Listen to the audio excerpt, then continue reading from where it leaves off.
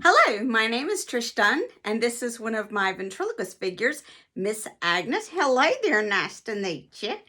Today, we will be showing you some behind the scenes and describing some of our ventriloquist figures.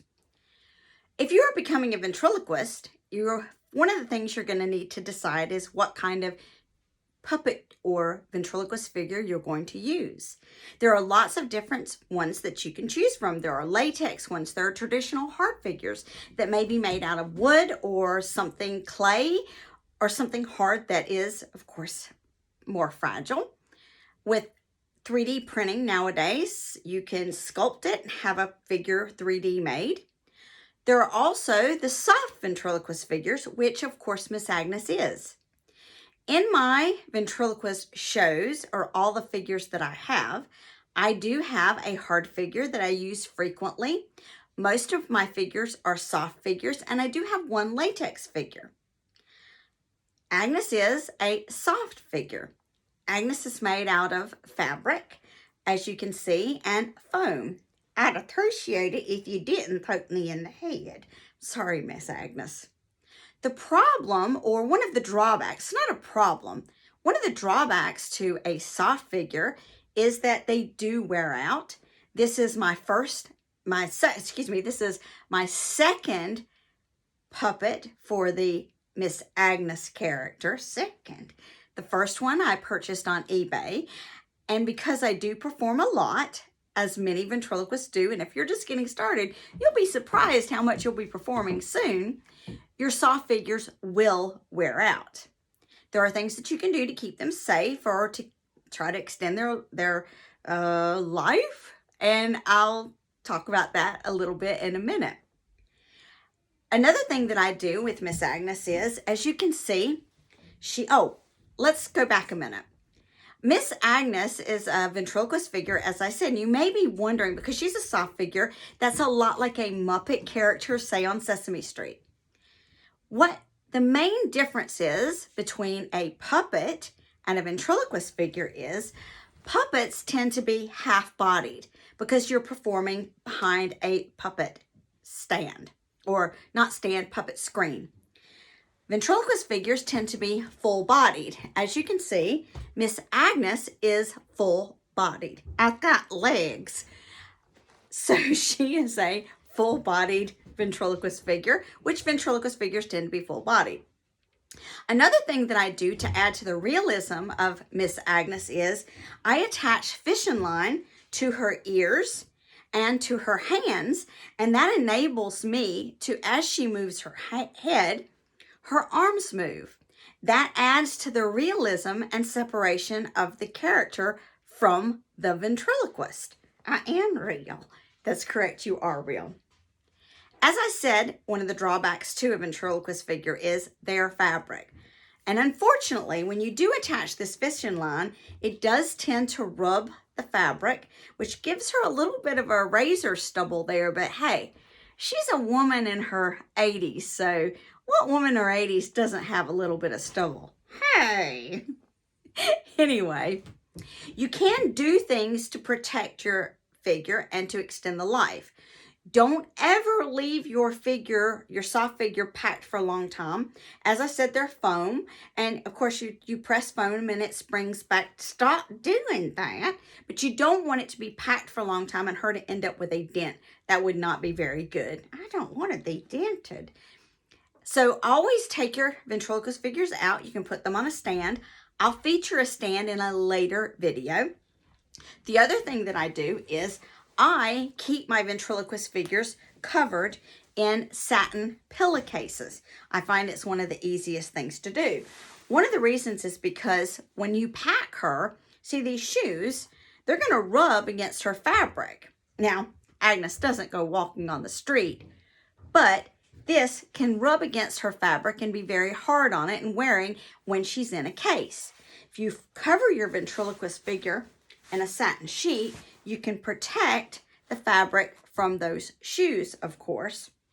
The other thing is, if she's in your room, if you keep her on a stand and you have a window, because they're fabric, and fabric does tend to be affected by natural sunlight, you don't want your ventriloquist figures pigmentation, skin coloring, whatever you want to call it, to be sun bleached. So it protects the look of her skin and her makeup by keeping this on her. It keeps the sun damage off of her. Miss Agnes is made by a dummy maker by the name of The Dummy Shop. That's www.thedummyshop.com. This is my second Miss Agnes. The first one I bought on eBay, and from that point I became introduced. You're saying too much. I'm sorry. We've done this video a couple times because she keeps saying too much. Now stop saying We purchased the first one from the Dummy Shop. I became aware of how absolutely awesome their figures are. Most of my soft figures are now made special by the Dummy Shop, and I'm very happy with her.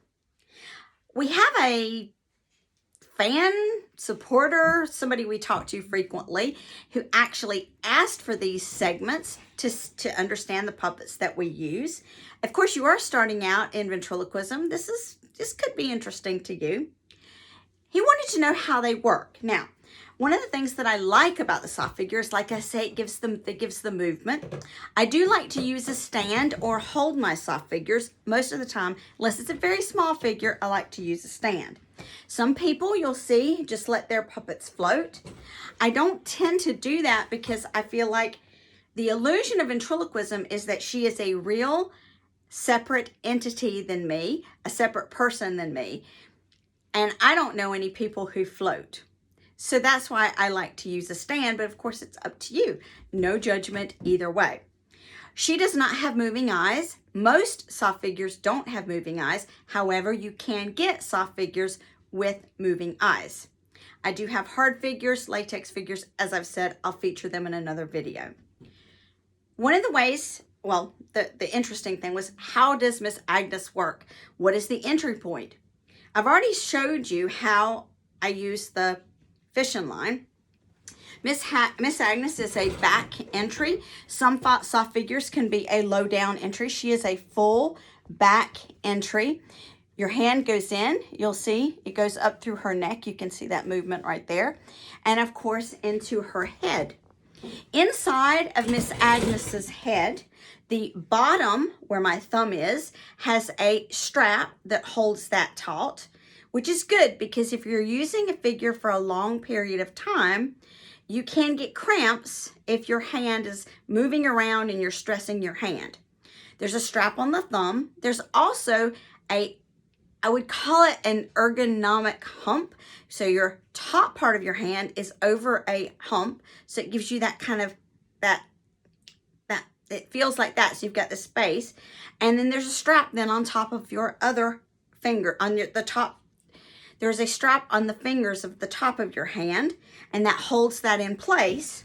And that's great because it allows all kinds of movement, and it allows me to talk and move in any way I want to. And Trisha's hand doesn't get tired, and we don't have to stop in the middle of the show. Correct. It would be terrible to get a hand cramp. I can't imagine getting a hand cramp. I do actually have a hard figure that I do get a hand tiredness from, which is why I get more stage time. It's not necessarily true. I think that's all. Oh, we needed to give a shout out. That's right. The person who requested this video was Francois. He wanted to see how we enter her. He actually wanted to see a latex figure. Our Cornelius figure, which will be featured in a later video. But because Miss Agnes is my cast figure, part of the show, you said again, that I use the most often, I thought it would be great to feature her in this first video. So let's give a shout out to Francois. Shout out to Francois, and thank you, Francois, for all your comments, support, and for asking us to make this video. Thank you. I hope you found this helpful. If you have any other questions on figures, if you're getting started or where I get my figures, please give me a question. Please subscribe and follow us for the rest of the videos. I love it when you comment. Thank you so much. Bye. See you later, y'all.